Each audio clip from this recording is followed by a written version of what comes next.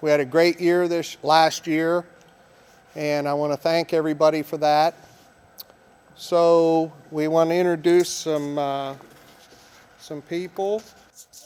Most of you probably already know that we are going to have 2 leasing companies for a couple years, and we have signed leases for most or some of our trucks from Hunter Truck Leasing. They're out of Butler, PA, but they have locations almost identical to where we are. So I have the Hunter guys here tonight. I have Bob Schreckengost, Jesse Kutzka, and Jason Wolf. You guys want to come over? Yeah, hi everybody. My name is Jesse Kutzko. I'm with Hunter Ideal Lease. I'm based out of Etna, Pennsylvania. I'm the general manager of that location, and I also handle the sales for all of Hunter Leasing. I have Bob Schreckengost with me. We call him Shrek. He's going to be the lease account manager on this deal, and Jason Wolf, who's going to be running point on service with this deal as well. He's based out of our Butler location. This guy here has been with the company now, I think 22 years. Jason's been with us 30 years. I've been around for 10 years now. So some people that have been stable with the company and loyal to the company, and we're not going anywhere anytime soon. We look forward to partnering with you guys going forward, and really look forward to building a good partnership with you guys. You'll probably see us around. If you ever have any questions, feel free to reach out to us. Let us know what you're thinking and how we're doing. Some other introductions: Lori Hansloven, Christy Johnson, our HR, Dave Nelson, Bill Thomas, Ryan Scaife are all here tonight. So right now we're going to show some of the dash cams. I downloaded a couple just to show how the drivers always need to be very attentive, because it's not always most of the time it's not the driver's fault. It's the other motorists on the road that cause issues. So these 2 videos will show you just a couple examples of what the drivers deal with on a day-to-day basis. And they're really good at paying attention to what goes on, or both of these, there could have been serious accidents. So we'll just go ahead and play those. You can see how that guy does it continuous. This is the second video, so you kind of have to watch ahead somewhat to see what's going on there. Notice that car so instead of yielding, that guy just kept on going to squeeze that other car that was behind him. And then there's our truck. Just goes to show you that, we have good drivers, because they're watching what's going on there. Okay, so we're going to go over some items on our PowerPoint presentation. And the first thing that I want to talk about is our carrier rating. We've had some violations that have not been good, and they affect the unsafe driving carrier rating for the FMCSA. So these are the violations that we're dealing with. As you'll see from the chart there, we have 4 violations for people not wearing their seat belts. That's one of the highest violations that a driver can get. I mean, we need to wear our seat belts. There's no excuse for not wearing your seat belt. No, we don't want you to just put the strap behind you. We want you to wear the seat belt. This has caused our rating to skyrocket. You'll also see the speeding violations. They are the worst. They give us a rating of 10. So I know you don't want to hear me talk about, you need to slow down, but you need to slow down, because we don't need any more of this, because once our rating gets so high, then DOT, FMCSA can actually close down our operations. are we flagged for an audit? We are not flagged for an audit, but we did get a warning letter.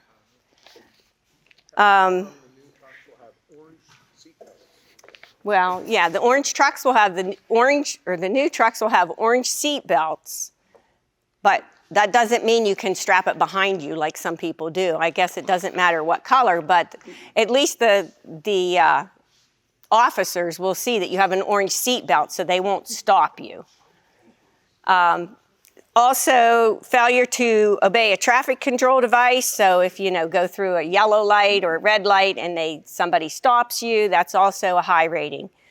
Lane restriction, that's also something they write you up. So if there's an emergency vehicle on the berm of the road, you need to make sure that you move over into the other lane. If not, you get written up for a road restriction or lane restriction on that.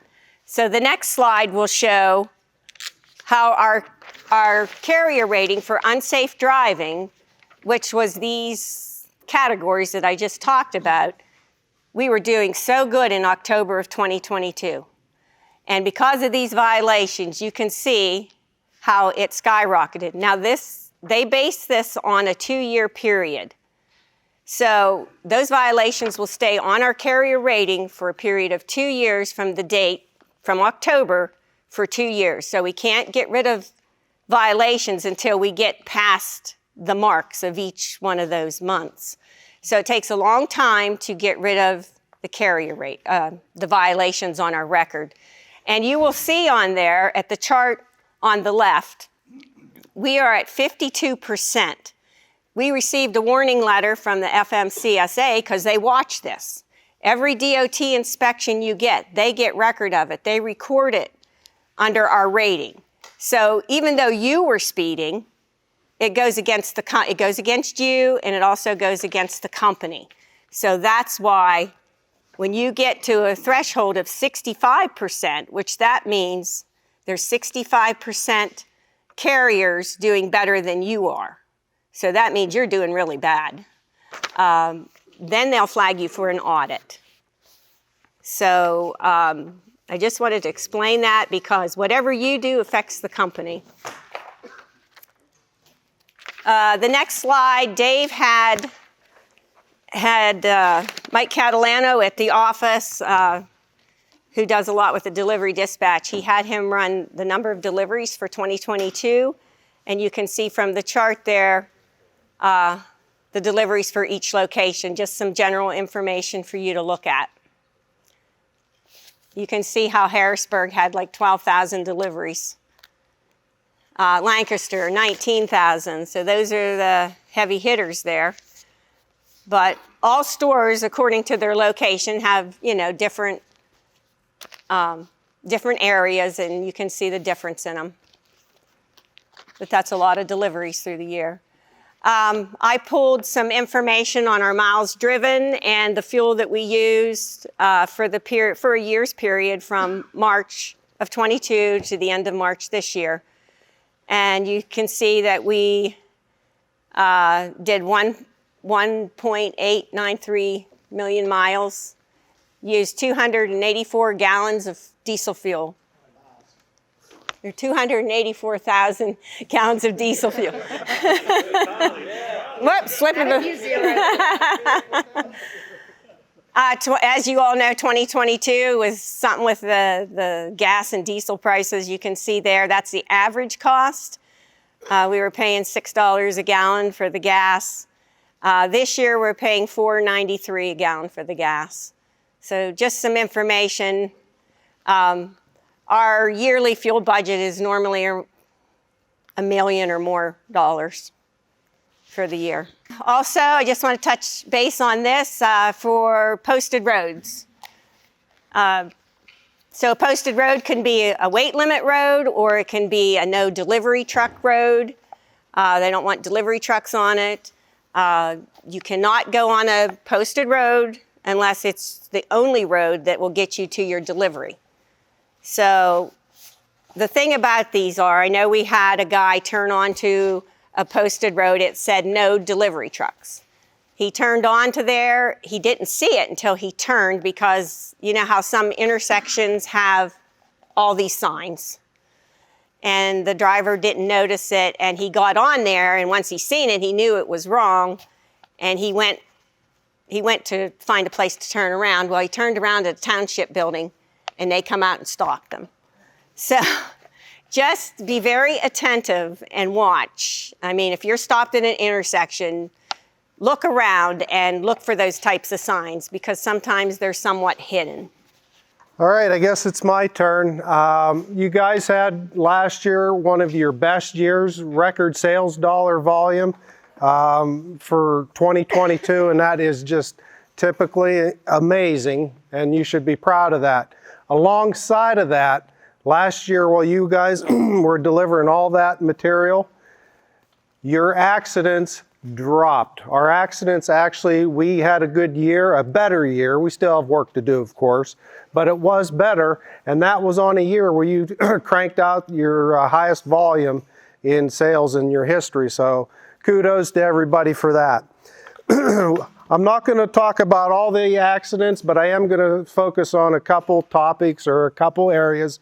I'm sure you guys are probably getting tired of this. Please do not turn us off with this.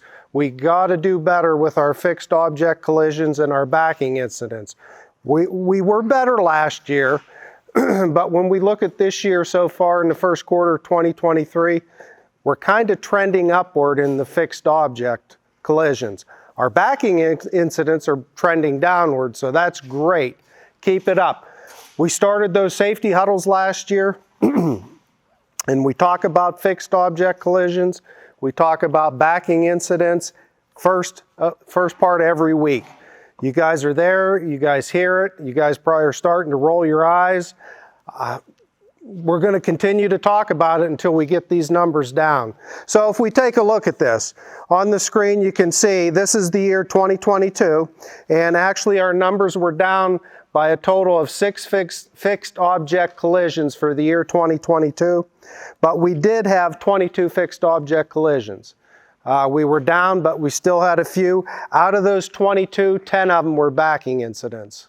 Okay, and you can see you can read the list there. You can see what locations had the fixed object collisions, which ones had the backing incidents. Like I said, it did come down in last year's numbers, but we still got to do better. If we flip the page here and we look at the first quarter of 2023, we recorded 6 fixed object collisions, and one of those was a backing incident. We're going to make some assumptions here. If we assume we had 6 in the first quarter and we assume we have 6 every quarter, that's going to put us above last year's numbers. So this is our warning sign here. Let's stop and think about these job sites. Let's stop and think about where we're driving, all right? These safety huddles, we're going to keep doing them until we get the numbers down. You guys did a good job, but we got to do better. So please, please be with us. Please don't turn us off. Please listen to this information. So if we flip on and we talk about fixed object collisions, and you guys know this stuff probably better than anybody because we've been talking about it for about a year and a half. Got to make sure your ground level obstructions. Make sure you're aware of those. Make sure you know about your eye level and your overhead obstructions. The phrase is, when in doubt, get out. If it doesn't feel right, stop and get out. It's better to start backing again if we're going to back in. If we're going to pull in, just pay attention. We got to know these obstructions. We got to reduce these fixed object collisions. Know your surroundings. Know your truck height. We're getting new trucks. Are they going to be higher, lower? We don't know that yet.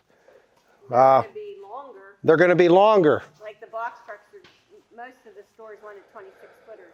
Okay. So that sometimes Well, is additional. and I remember when we got the box trucks we have now and they were higher, we actually started hitting things. So we got to know our truck heights. Got to know what they are. Got to pay attention to the wires, the overhangs, the tree branches, everything. Please, please, please pay attention. Help us out here, please.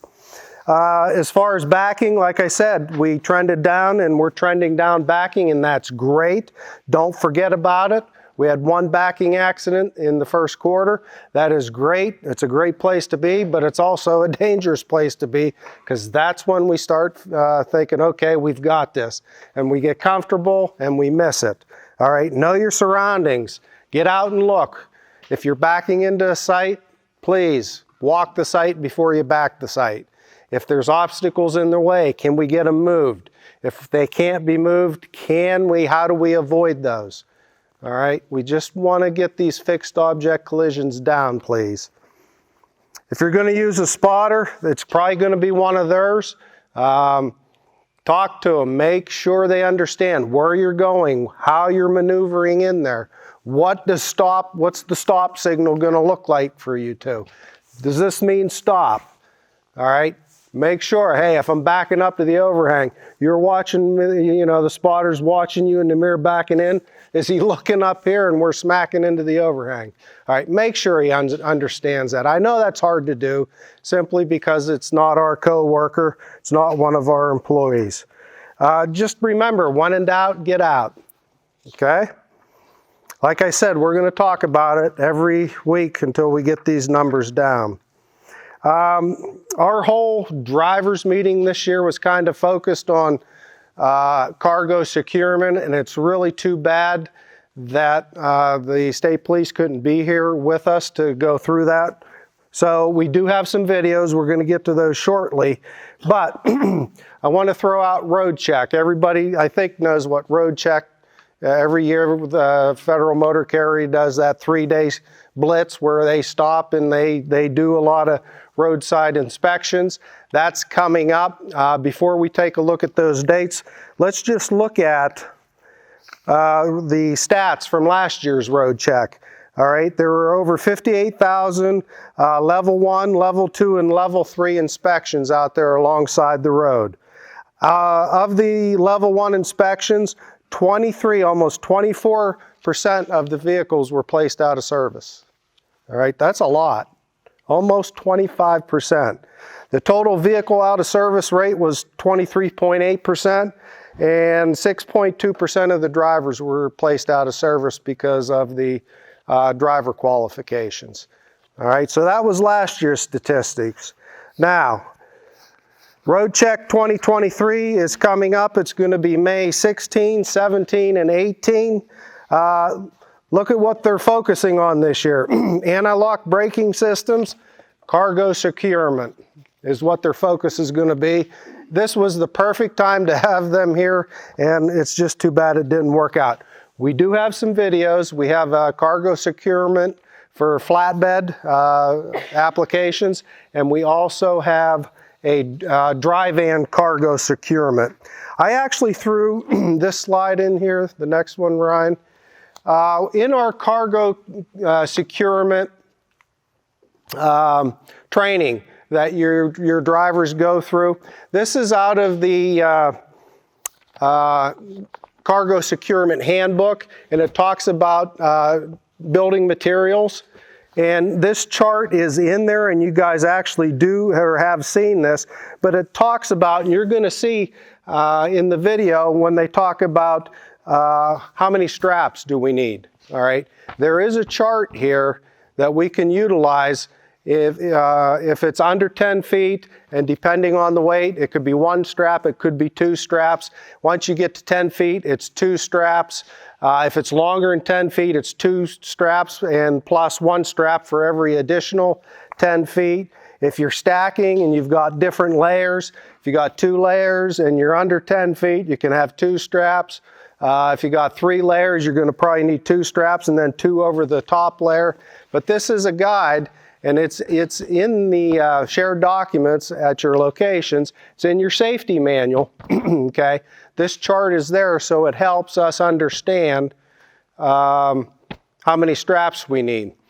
We used to have, and maybe we need to do that again, we had the Federal Motor Carrier cargo securement pocket handbooks. They were about, I don't know, this big. They're probably gone by now. Maybe it's something we need to think about and maybe getting some more, but that chart's in here and it helps you understand the nylon strapping for dry goods, building materials.